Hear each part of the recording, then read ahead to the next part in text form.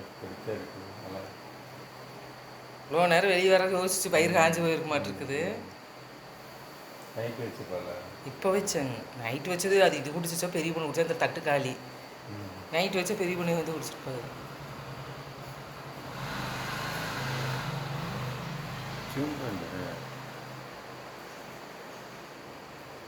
கிட்ட பொண்ணு ஓடிடுவோன்னு இந்தாங்க ஒரு நிமிஷம் எடுங்க.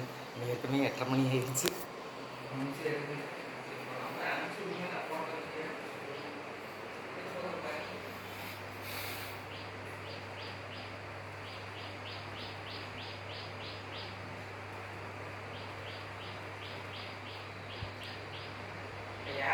தெரியல.